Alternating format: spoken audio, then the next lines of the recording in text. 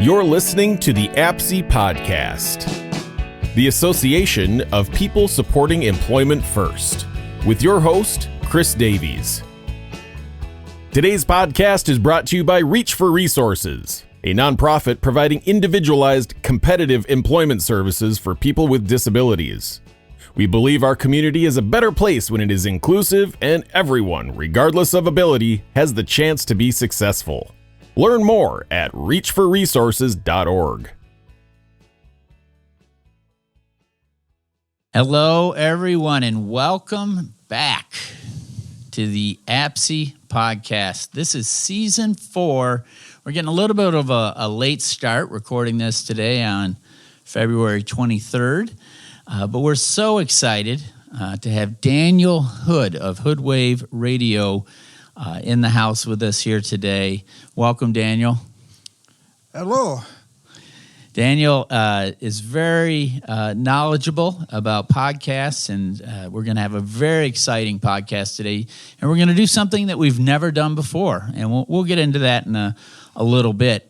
So Daniel, whenever we start out the Minnesota APSI podcast here, I always like to, by the way, I'm Chris Davies, your host, and I like to talk a little bit about, what APSI represents for anybody out there listening and watching today that may not have heard of APSI. So I like to let people know that this organization, Association for People Supporting Employment First, is truly the only national membership organization that solely promotes and believes in integrated competitive employment, one person, one job at a time, practicing, the best customized employment practices that are out there.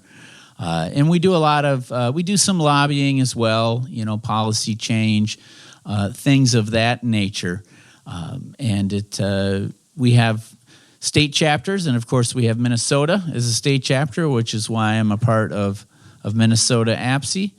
And that's what we're all about. So let's get into it first by just a couple of visual descriptions. I'll describe myself first.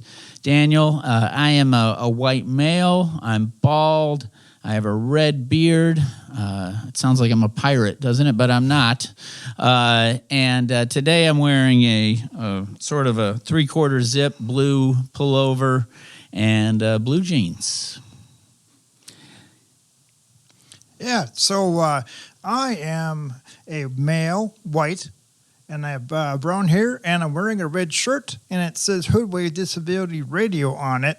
And so I'm here to have some fun, or at least... Well, we've been having fun so far, in our little pre-conversations here. Daniel has a really good sense of humor, a very nice, dry sense of humor. So I think we are going to have a lot of fun. I noticed that T-shirt right away for your company. Would you call it your company, your station? What would you call it? Oh, I will podcast, and I've had it for a while. I did some editing, and with the T-shirt, I made it myself. I use a software, and then I obviously I draw it out, and I make it. So that's got to be pretty cool. Yeah, that is really cool. Yeah, so we'll definitely going to learn more about your current endeavors and your past, and sort of how you got into radio and podcasting. So I want to let the audience know, because you're going to want to stick around. We're going to do something that we've never done before here today, and in our APSI podcast, and that is after I'm done interviewing Daniel is going to become the host, and he's going to interview me. I'm really excited for that. How about you? Yeah, me too. All right, and I've listened to some of your work. You do a fabulous job. Thank you. Okay, so let's get into it, shall we? Would you describe yourself, if I'm correct in saying, as a self-advocate, among other things? Yeah, that's correct. Right? So can you talk a little bit about, how you got into self-advocacy and, a little bit about your background? Some of my background, well, when I was younger, believe it or not, I actually was born in St. Paul, and then I was raised in Forest Lake, Minnesota, and so I attended, special education, and so I kind of came across knowing not quite my disability yet, but I was somewhat aware I was different, and so my parents, when I was younger, they've always told me, basically they explained things to me. And so when if I had a question, they answered it. And so that's kind of how I learned. I actually learned hands-on. Reading, I'm probably a pretty good reader, but some of my vision issues, I do a lot better, actually having things explained. That's pretty cool. Very cool. And what are some of the things that you've been involved in when it comes to advocacy? Actually, the first time, I believe it was 2013, I actually attended and went to the Capitol for the very first time, and that was quite the experience. And I ran into his name is Daryl Paulson. He's one of the advocates, and at the time, his wife had a baby, and his wife almost ran me over with the scooter. And so that was I was actually, when I was there, I was really surprised that I wasn't alone. I mean, that's cool. Yeah, Darren is very charismatic, and his wife. That's Daryl. Oh, Daryl Paulson, right? Yeah, Daryl Paulson. Yes. I've met them both. Sorry, Daryl, if you're listening to this, apologize for the name slip there. But they're both fabulous. I have not seen them in a while, but I can see how you were impressed by them. Oh, I'm definitely impressed by them. Mm-hmm. Yeah, absolutely. And so you tell us a little bit about sort of your years after school and sort of that drive for independence that you had, and sort of where that has taken you, to today. Oh, the drive?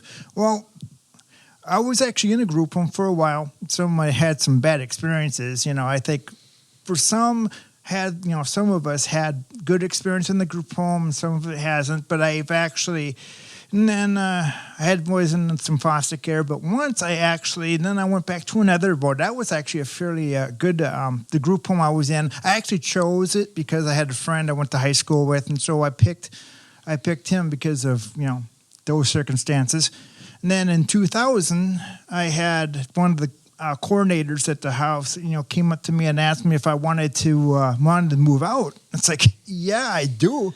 And so please. Yeah, please. And so that's kind of how that started. And then, so I did everything I had to do. Did my chores. I did everything, that they asked me to do. And I, in 2000, I've moved into St. Paul, and I've been living in St. Paul in the Twin Cities for 24 years. Right, and you also are married, right? I listened to one of your interviews with your wife Leah this morning. It was lovely. Well, thank you. How long have you been married? Almost 6 years. That's fabulous. Congratulations. How did you and Leah meet? When we met, it was at a conference in 2015. Okay. What type of conference was it? It's a self-advocacy conference. Okay. It's put together by ACT. Sure. No, I'm very familiar with that conference. Yeah, so that's how we met. Yeah, that sounds like a fabulous way to meet. Obviously, you both were, if I may say, passionate about what you were there for, and so you had that sort of common connection. Yeah. Yeah. That's fabulous. Well, very good. So I appreciate you running, through that. I like to hear a little bit more about your sort of, as you like to say, your visions for the future, along the lines of the self-advocacy work you've been involved in. Well, the future, that's going to be quite, that's quite fascinating. Well, the future, what I would like to do is I want to get more involved with agencies, and I'd like to do some lobbying, getting more involved with the Capitol, and just getting involved, directly. Well, you're learning about APSI right now, basically, right? Have you had any experience with Minnesota APSI before? None. Okay, well, great. Well, we're so glad you're here, and we know a lot of people that do all the types of things you're talking about, and we certainly would be happy to introduce you to some people that could sort of help you with the goals that you have, and policy change and self-advocacy. We would love to connect you. Well, I'm all for it. All right, fabulous. So, speaking of connecting, you were telling me a little bit about your mentor when you were learning more about broadcasting and radio. HoodWave Radio, fabulous name, by the way. I love it. Actually, it's HoodWave Disability Radio. I apologize. HoodWave Disability Radio. Actually, for a lot of people, it's actually easier to shorten it up, and so. No, but that's names are important. Yeah, it definitely. And this is your company, or your station. Well, would you call it a company or a station or both? A little bit of both. I have been trying to get a nonprofit for a while. I actually am registered as a nonprofit, but I am not registered as when it comes to the when it comes to the state and when it comes to the government. Right, so you're not like a registered business with the state of Minnesota. Is that well, what actually, you're saying? I am. You are, okay. It's the IRS. Okay, so you're not like a 501c3. Is that what you're saying? That's correct. That's where I want. I've been struggling that for years. Okay, well. And so that's kind of is that something you'd like to accomplish? Would you like to be That's the reason why I want to start my own company. Sure. And one of the things when we're talking about company, I would like to start not just a radio station, but I also want to get more involved in production. Okay. Starting my own production company. Very that's good. kind of what I really want to do.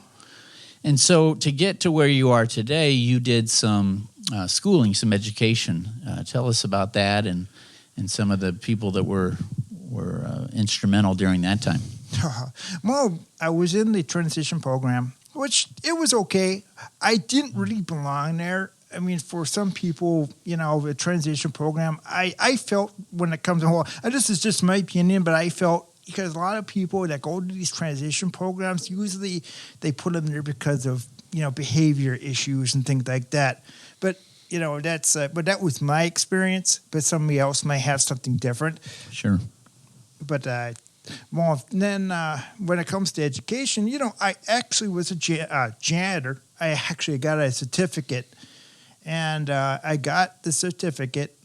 And then when I got the job, as a janitor. But right before this, before I got the job, this is one of my experiences, is I was told that this would be the only job I can do for the rest of my life. Because that was, I had an interest in janitorial way before that. And so I kind of had after I was told that, I kind of lost my desire for janitorial, but I grew into it. I actually miss it now. Okay. And when did you begin school for broadcasting and radio production? I believe that was 2001, and I got the certificate in 2002. Okay.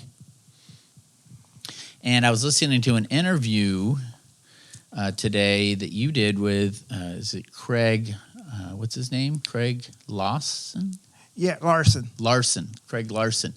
And you describe him as your mentor. That's correct. Tell us more about that. How did he become your mentor? I attended that school, and it was on an online school, and I was appointed him as my mentor, and we. To tell you the truth, we still keep in contact, and he's been a great help. That's awesome. And so there's a lot of, because one of the things when it comes to the school, I was under the impression that the school was going to help me, and I was, just because of my disability, but unfortunately, I was told I was going to learn hands-on. So this was another experience, since where I was already approved, so I kind of hustled through it. Because, but what I really needed was a hands-on experience, because it's not just, it was online, so I couldn't touch or be in front of people and actually touch the equipment. So Right. that was my struggle. And so after I graduated, and then I sat there for a long time, and people said they were going to help me, and I sat there for So now I have this opportunity. So we're talking about LifeWorks. I'm now involved with LifeWorks, and now that's how I actually came across APSI.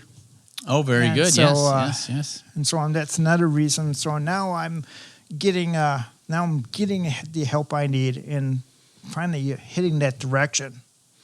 Very good. Yeah, and I'll probably talk a little bit about how we met you, through your connection at LifeWorks when you start asking me questions.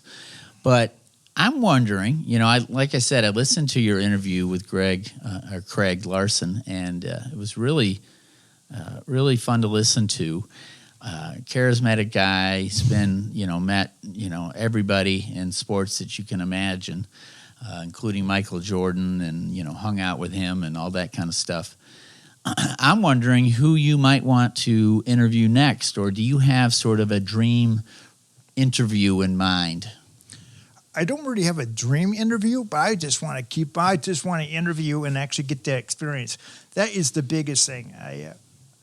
I want to get behind the microphone, and when it comes to the microphone, I won't even think right now I'm behind the mic, but I'm also have a camera in front of me. So yes, we do. So eventually, I just realized, there's going to be a time when I'm actually probably going to be interviewed by a professional, TV station. So I'll have to get prepared for that. Okay, I like it. You're thinking big, and you should, because you have a great foundation.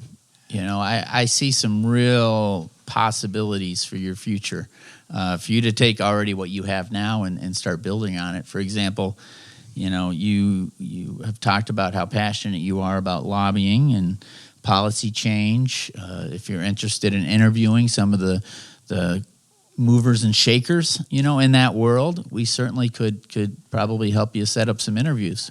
Yeah, that's I don't want just to focus on self-advocacy, so I also want to do fun stuff. Sure. So for this as an example, is that somebody gets a job, and I'm actually or they start doing business, they start doing school. So I actually want to do some fun stuff and actually doing that. Because because it gets pretty boring just talking about policy, so you have to broaden your horizons once in a while so that you can get having a good audience. Yeah, well, I always believe variety is the spice of life, and my dad taught me that life was meant to be enjoyed, and so you tend to enjoy things when you're doing things that are fun to you, right? That's correct. Things that you like, and you have a variety of interests, and I'm sure you'll bring throughout your tenure, you'll get connected to some very interesting guests. Yeah, like me, for example. A little dry humor for you. I guess you'll be the judge of that, right? When you get me behind the question desk. So you consider yourself, do you consider yourself an ambassador for disability inclusion? Actually, that would be my interest. I would love to being an ambassador. Being appointed by the President of the United States, this is a dream. But some people might think you're crazy or think I'm crazy. I'm wanting that. It's more speaking for the people, and it's not necessarily obviously it's not a mayor or a governor. It's just somebody there that just for people to look up to, and that's exactly what people need. Absolutely, and dreaming big is not crazy at all in my mind, and who is anyone to say that you might not interview a president someday? I would love if that's what you want to do. I would. Right? I would like to go to I would like to go to the United States Capitol and actually just be there. Because I've never been at the Capitol. That would be weird. So that would be awesome. Okay. All right. Do you have any plans? Are you making plans to head out east to D.C.? No. But if I was invited by an agency, just like, like APSI or some organization, I would love to go. If somebody offered me a chance to go, because right now I don't have any money, but if somebody offered, hey, you want to go and, go to the, go to Washington, I'd be more than happy to. Yeah.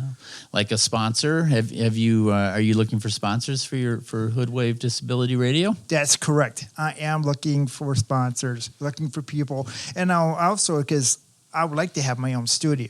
Sure. And because at home, I have a home studio. It's too noisy, so it would be really nice to actually having a place where it's soundproofed. Because I know they have, they actually have stuff that they actually are pre-made, and I would love to have them, but they're not cheap. Yeah, like a pre-made soundproof studio. That's correct. Right. Very cool. Well, before we kind of shift gears here, and you interview me. Is there anything you want to share with our audience out there? Any of your sort of, maybe advice or hopes and dreams for the future? Words of wisdom? Just keep positive.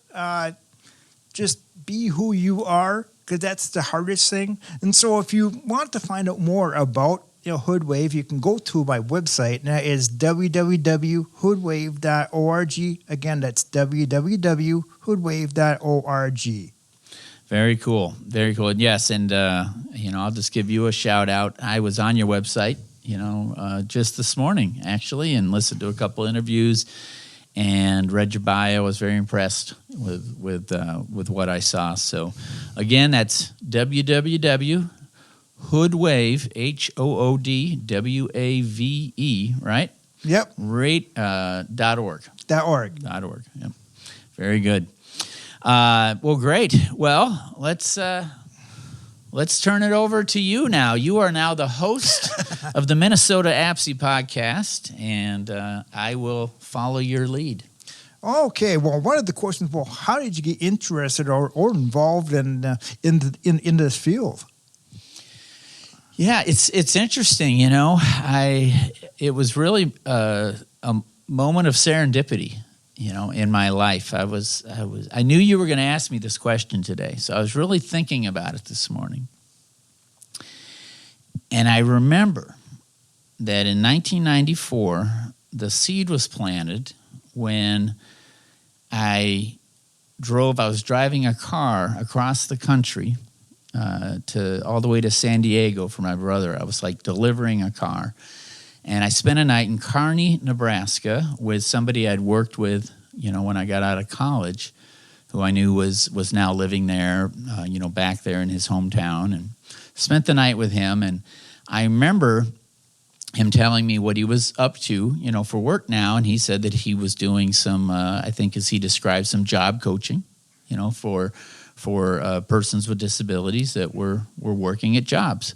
And I thought, oh, that's interesting. So flash forward 3 years later, I'm in a bit of a crossroads. I had one time thought maybe I would be a physical education teacher with kids, and I still love kids, but I realized that I prefer working with adults. So I was taking this year trying to figure out what to do next, and I was in this crossroads, and once again found myself on a road trip. For any of you old-time Minnesota Gopher basketball fans out there, you probably remember that trip to the Final Four.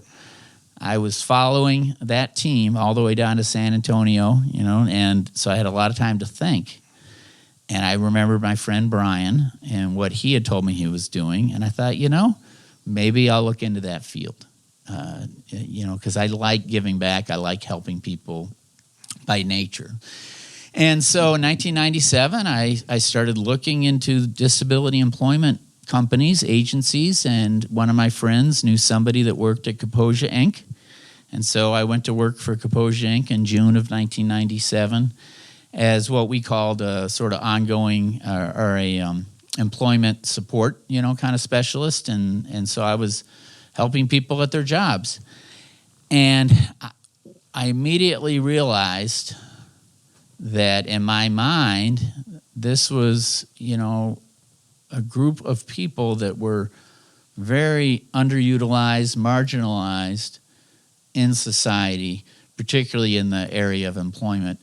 And so the mission and vision that Kaposia had, that everybody deserves to be a part of their communities, and believe that the most fundamental way we do that is through employment, and that just immediately struck me as a civil rights movement. And one way or the other, I've been involved in the field of employment for people with disabilities and other challenges, all the way going back to 1997. Okay, one question. Well, how long have you been the director of operations for Kaposia?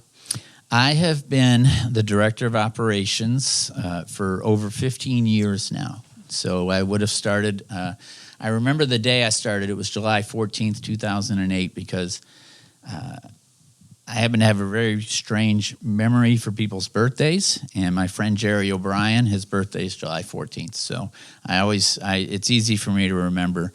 And, it really worked out. At the time I was actually home taking care of my son, and I was looking to get back into work, and there was an opportunity here, and it couldn't have worked out better.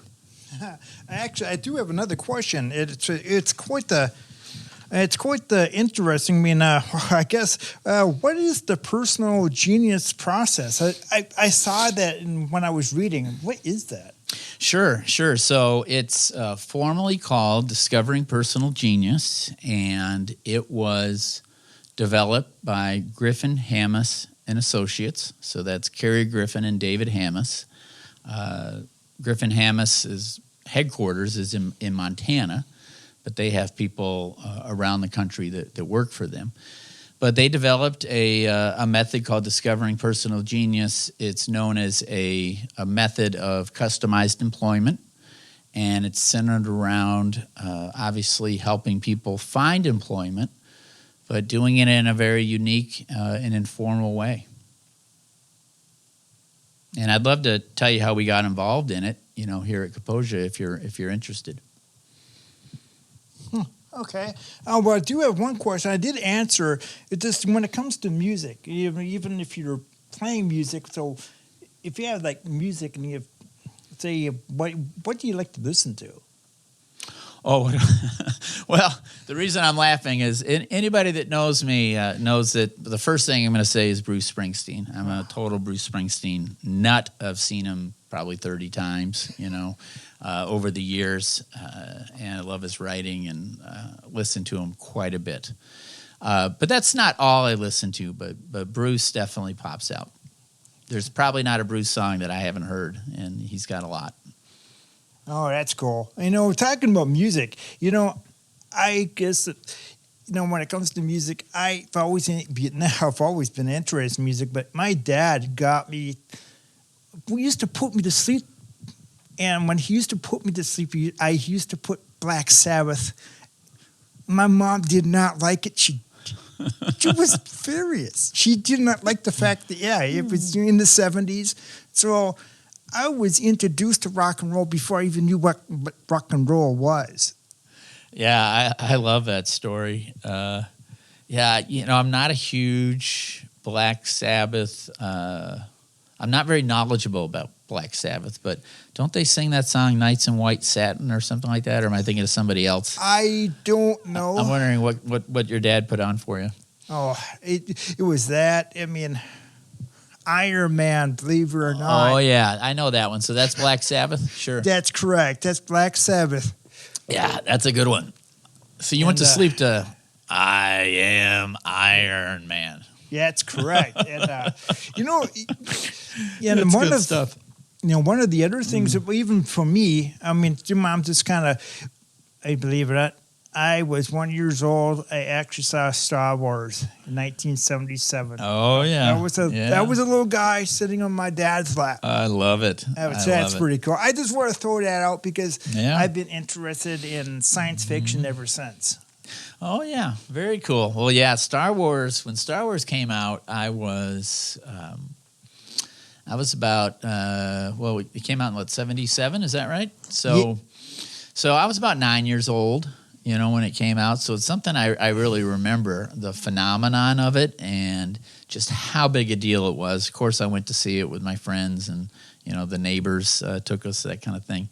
And I remember people were going to see it like over and over, like 70 times in a row, So I guess that was, our version of, Netflix, watching shows over and over again on Netflix. We did it at the theater back then. But yeah, when you're talking about your parents and the music, that's definitely how I got interested in music, was first by just really being introduced. My parents had big record collections. I remember they took me to see Paul Simon, when Simon and Garfunkel got back together when I was about 14 years old. That made a huge impression on me. And so I always really enjoyed music, but I didn't start playing it until I was 33. Yeah, so right before we go, so there was a question. I say, I don't like my glasses. I really hate them. Okay. Well, they look nice. Well, it's the bivocals more than anything. Yes. So, this is a question. So, what is your hopes for the future, and what are you looking forward to? So, my hopes are in the for the future, in terms of the landscape of employment, for all people, is that that it continues to become, the first and foremost expectation for all people. And that's really what the employment first movement, and the employment first policies and the beliefs that go into it, talk about, that employment should be something we expect for everybody, not something somebody is not expected to work and they have to prove that they can. Our first expectation should be that everybody should work. And if that continues to become the expectation and the fabric of our societal, norm, if you will, and culture, then I think over time it won't be considered, quote unquote, and I don't really like this word, but it won't be considered special. It's just that people are working, and people of all abilities and talents, and they're working in areas in which they are valued and they bring value. And that's really what customizes employment's about. And the Discovering Personal Genius is about helping somebody realize what their talents are, and then finding through just informal connecting and meeting and relationship building, where are the employers that will value those talents. And so it's a win-win proposition always, and it's about helping people find jobs where they're going to value their work and their work is going to be valued. That's exactly what, believe it or not, that's exactly what I'm thinking. And so when it comes to being involved with work, that's the reason why I want to get into radio. I want to do something that, this is quite, it's a little bit unorthodox, because it's quite interesting. What I'm trying to say is that I love to work. I've worked at McDonald's. I've been a janitor, and I want to be something more. Then I guess I want to be a part of something, and that's being able to be employed. Not just being employed, but you want to be a part of a job, part of the community. That's exactly where I want to be. But like I said, I got my imagination and things, the direction I want to go is so broad. It's I want change for an employment as much as everyone else. Yeah, well, I really can appreciate that. And in my mind, I know you and I just met, over this past week and are getting to know each other. But in my mind, you are really going after your talents and your interests and trying to use them in a way that not only you're going to get something out of, but you're going to produce value, for others in giving people a platform to talk about what they're doing and everything you're doing with, HoodWave Disability Radio. And just in working with you this morning before we started recording, you helped us troubleshoot some things. So you clearly have a knowledge and a talent for this area that you've gone into. And so, I think you're a great example of just that, of just somebody going after their interests and talents and like you say, being a part of something, because you are. And I think it's just going to continue to grow for you. Yeah. So, one of the things I'd love to do is tinker. I mean, I've always liked taking things apart. Yeah. But so I've always had the interest, and I had met a friend. I consider him as a genius, and I met him back in 1992, and he gave me my first computer, and ever since then I've always been interested in computers, and I was never really been able to get a job. I mean, because I found out people told me it was kind of silly to go into computer, being a computer technician. I found out why, but almost 20 years later, I'm finding out that computers, and now with the internet, you'll be able to use computers in production, recording. And so I'm actually doing exactly what I wanted, but it took that long, unfortunately, because I'm 47 now. I'm going to be 48 not too long. But it took me a long time to get here. And now I'm here.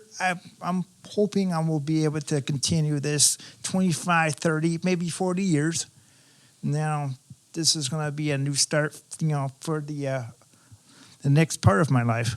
Yeah, I love that. It's kind of a renaissance. Your path hasn't been linear, just like mine hasn't been. Not even a little bit. And I think when you find yourself in that sweet spot, you're pretty lucky. It sounds like you're in a spot that you are living your best life and using your best talents. And the fixing computers has never been something that's particularly been in my talent base. So people like you are a blessing in my life. Yeah. So we're talking about the other main reasons why I also got into computers is for the same reasons in radio, because I wanted. For one thing, I had my grandfather, passed away a couple years ago, maybe, and so I'm sorry to hear that. My grandfather was a computer genius, and I've been involved with it. Excuse me for a minute.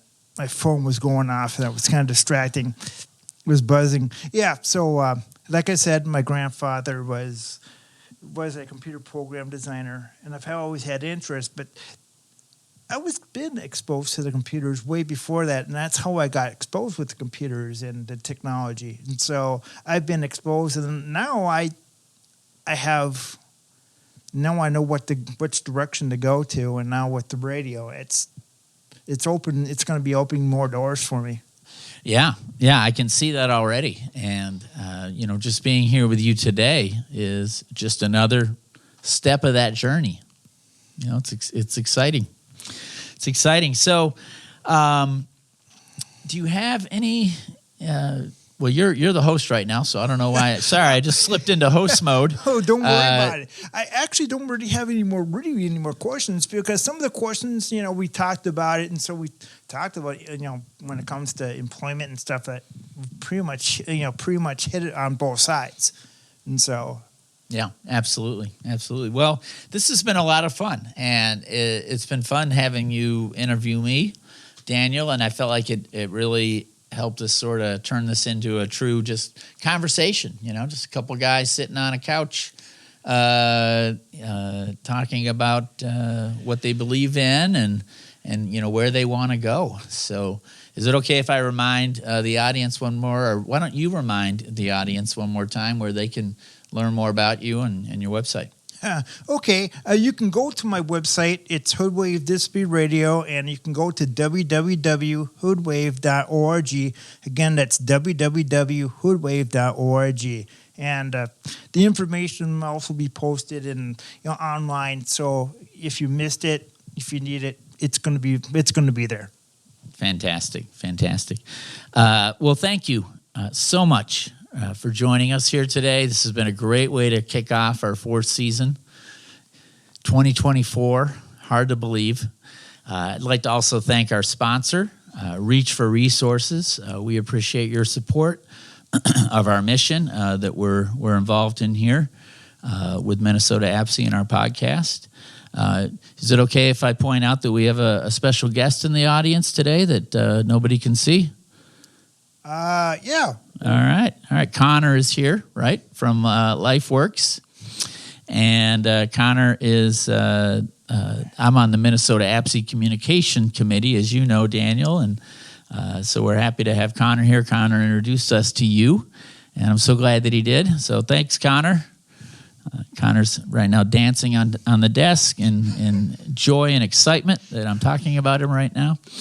And, of course, our producers here. We couldn't do this without our number one producer, Dana Eisfeld. So thank you so much, Dana, for all the work that you do. And, I'm just going to leave the audience with our catchphrase that we love and we believe in.